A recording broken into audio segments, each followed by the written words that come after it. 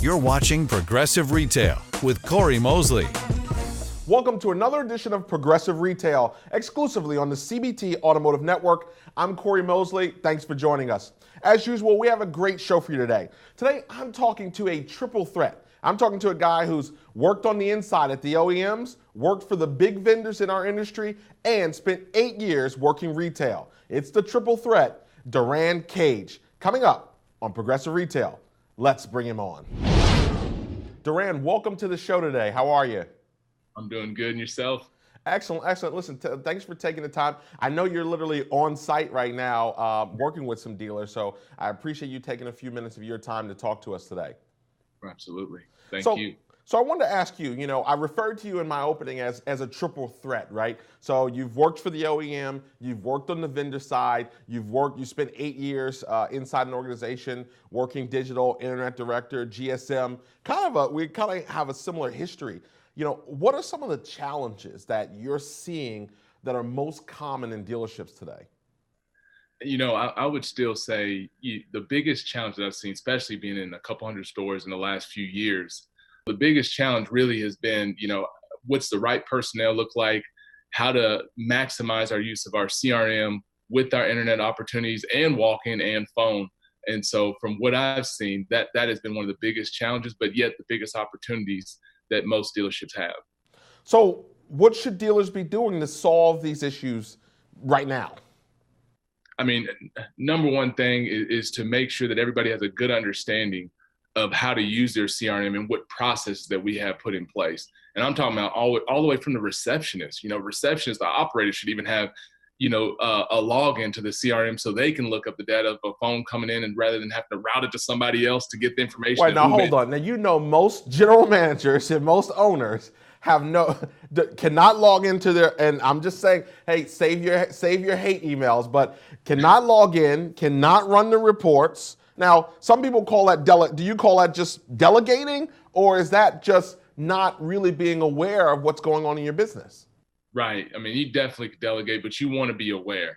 You need to understand, and it doesn't need to be like every little report that's out there, because all Sure. the CRMs have many, many reports. Sure. But there needs to be about 3 or 4 good ones that everybody, especially from a leadership role, is paying attention to, and they're using it for, how to hold their people accountable, and Right. manage their processes. I believe fundamentally when a dealer buys a CRM system, the intent is to use it. But we know that usage is usually just a fraction in the dealerships of what it should be.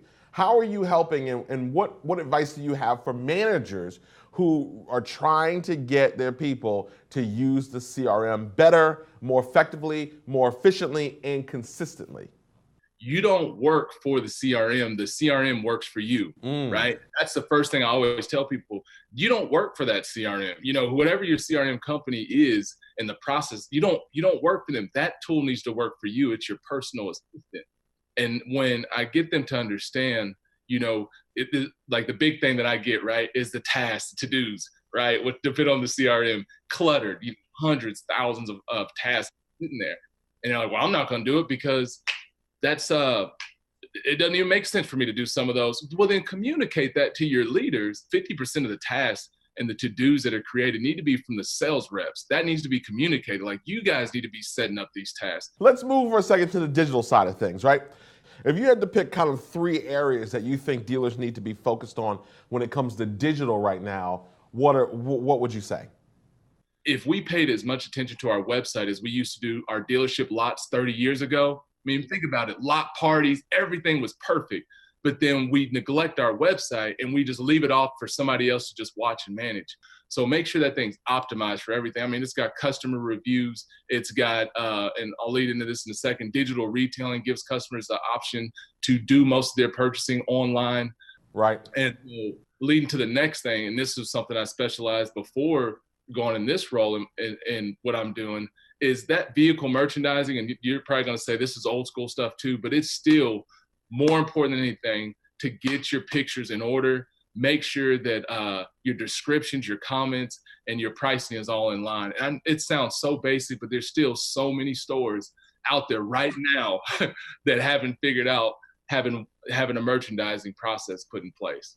And the third one is what I mentioned earlier, the digital retailing aspect, because everybody's talking about it, That's a big umbrella term right now, right? Right. Digital retailing, right? Right. It's just like, oh, you got some dealers like, I'm not going to do that. And some they're trying to go all in. Right. But I leave it with this, give the consumers the option. Mm-hmm. Because a lot of consumers don't even know that there's an option where they could do a lot of what they want.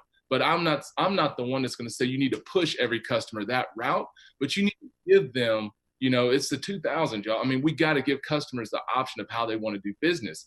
Let's talk about profitability. So in the coming months ahead, in the coming year ahead, right? What's some main advice that you might have for a dealer? What's something that will focus on profit that they should be looking at? From a profitability, I'll narrow it down to two things for me. I would 100% once again, and I know it sounds basic, but go back to that CRM and make sure everybody's optimizing that thing, because we want our sales reps generating their own business. Because if they're generating business for the dealer by data mining and using this tool, you can actually scale back a little bit on the expense that you're using on marketing, because everybody would love to get the repeat business way more than trying to acquire a bunch of new customers. And the second thing I would say is making sure that we're managing our return on ad spend when it comes to digital. Durran, I want to thank you for joining. I'm still getting it. I want to thank you for joining the show today, man. Durran Cage, CEO, founder, CRM expert, Cage Automotive. Thank you for joining the show. Thank you so much, Cory. Thank you, CBT. I appreciate it. You got it. Well, that's our show for today. As always, I want to thank you for tuning in.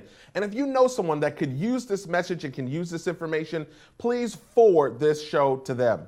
You can find out what we're doing to help dealers and manufacturers sell more cars by visiting us at mosleyautomotive.com. This has been another edition of Progressive Retail, exclusively on the CBT Automotive Network. I'm Cory Mosley, and I'll see you next week. Thanks for watching Progressive Retail with Cory Mosley.